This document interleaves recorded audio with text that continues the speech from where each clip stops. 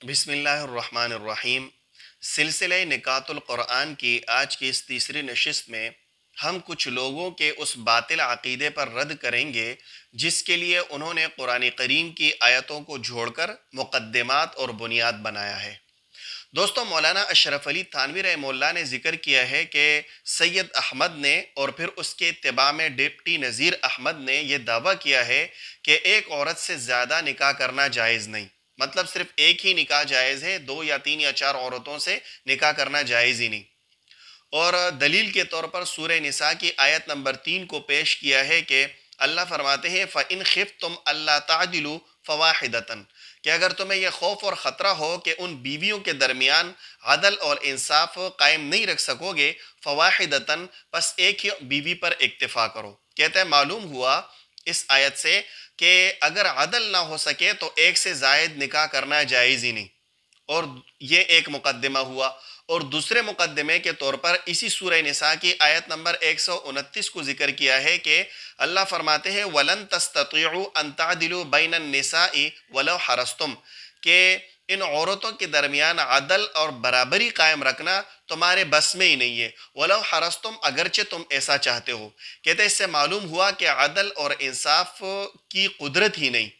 तो ये इसका दूसरा मुकद्दम हुआ। पहला मुकद्दमा ये था कि अगर अदल और इंसाफ न हो सके तो एक से ज़ायद निकाह करना जायज़ नहीं। और दूसरे मुकद्दमे से मालूम हुआ कि अदल और इंसाफ कायम रखने की कुदरत ही नहीं। कहते हैं मालूम हुआ कि एक से ज़ायद निकाह करना जायज़ ही नहीं। दोस्तों, इस दावे की मज़ीद वजाहत और इसका जवाब बोर्ड पर ज़रा आसानी से समझते हैं। तो दोस्तों, सैयद अहमद और डिप्टी नज़ीर अहमद ने अपने दावे पर इन दो आयतों को बतौर दलील के पेश किया है। आयत नंबर 3 है सूरह निसा की कि अगर तुम्हें खौफ हो कि तुम आदल कायम नहीं रख सकोगे तो एक ही बीवी पर इक्तिफा करो। और दूसरा आयत नंबर 129 के अदल औरतों के दरमियान अदल कायम रखने की तुम्हारे अंदर कुदरत ही नहीं है। यूँ समझे आसानी के लिए कि यहाँ पर इसने अदल को हद औसत बनाया है कि अगर तुम्हें खौफ हो तो एक ही बीवी पर इक्तिफा करो और उनके दरमियान अदल कायम रखना अगरचे तुम चाहो भी तुम्हारे कुदरत में नहीं है। तो इससे यह मुकद्दमा निकाला, पहला मुकद्दमा, कि एक से जायद निकाह करना जायज़ ही नहीं है अगर अदल ना हो सके। और दूसरी इस आयत से यह मुकद्दमा निकाला कि अदल और बराबरी की कुदरत नहीं है। तो यहाँ पर यह अदल हद औसत हो गया। इन दोनों को हटाया तो इससे नतीजे ये निकला कि एक से जायद निकाह करना जायज़ नहीं है क्योंकि कुदरत ही नहीं है। यानी हद औसत सुगरा में महमूल और कुबरा में मौजू है, यानी शक्ल अव्वल है।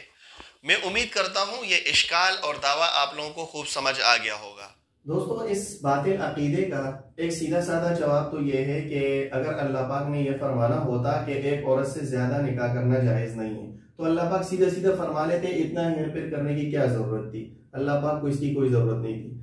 दूसरा इसका जवाब यह है कि 1400-1450 साल तारीख में किसी भी मुफस्सिर ने, सलफ में से किसी ने भी इन आयतों की यह तशरीह नहीं की। तीसरा जो तहकीकी और असल जवाब है, इल्मी जवाब, वो ये है कि दरअसल यहां पर यह अदल हद औसत है ही नहीं। यहां पर अदल से मुराद एक अदल नहीं है। अदल में दरअसल अदल की दो किस्में हैं। एक है अदल फिल मुआमला, यानी किसी के साथ मामले में बराबरी करना, और एक है अदल फिल मुहब्बा। तो यहां पर पहली आयत में अदल से मुराद अदल फिल मुआमला है।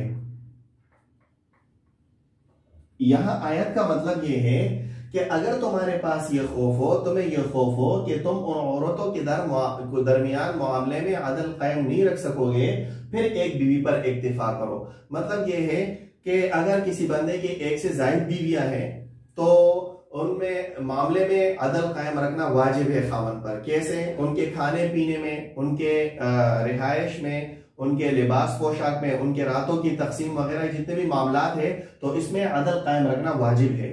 और यहां पर अदल से मुराद अदल फिल मुहब्बा है।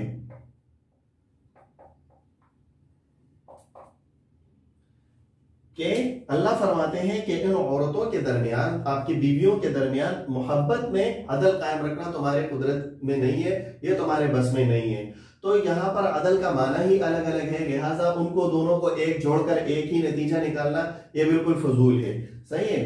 तो जब यहाँ पर बातिल हुआ तो जाहिर है यहाँ पर भी बातिल हुआ, क्योंकि यहाँ पर अदल से मुराद मामलात में अदल है, और यहाँ पर अदल जो, तो यहाँ पर जो मुमानात है एक से ज्यादा निकाह करने की, वो इस सूरत में है कि मामले में अगर अदल ना हो सके तब उस सूरत में एक बीवी पर इक्तिफा करने की तरगीब दी है।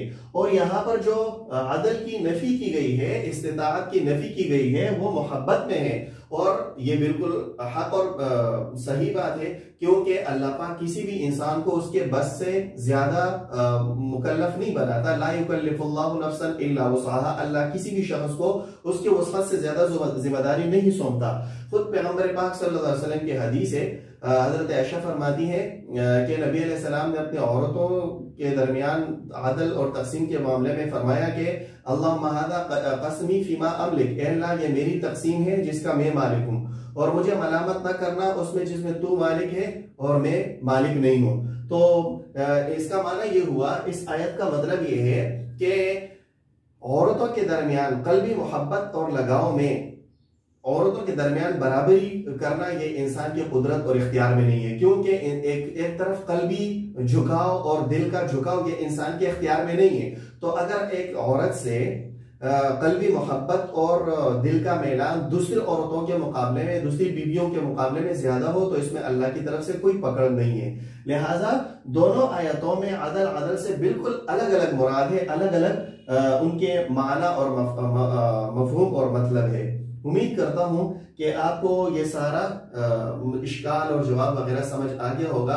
आप इससे अंदाजा लगाइए दोस्तों कि कुरान फहमी के लिए सलफ की तशरीह की रोशनी में कुरान का समझना कितना जरूरी है, और कुरान फहमी के लिए आक़िल उलूम की कितनी ज्यादा जरूरत और अहमियत है। अल्लाह पाक हमें कुरान को समझने और इस पर अमल की तौफीक नसीब फरमाए। अस्सलामु अलैकुम।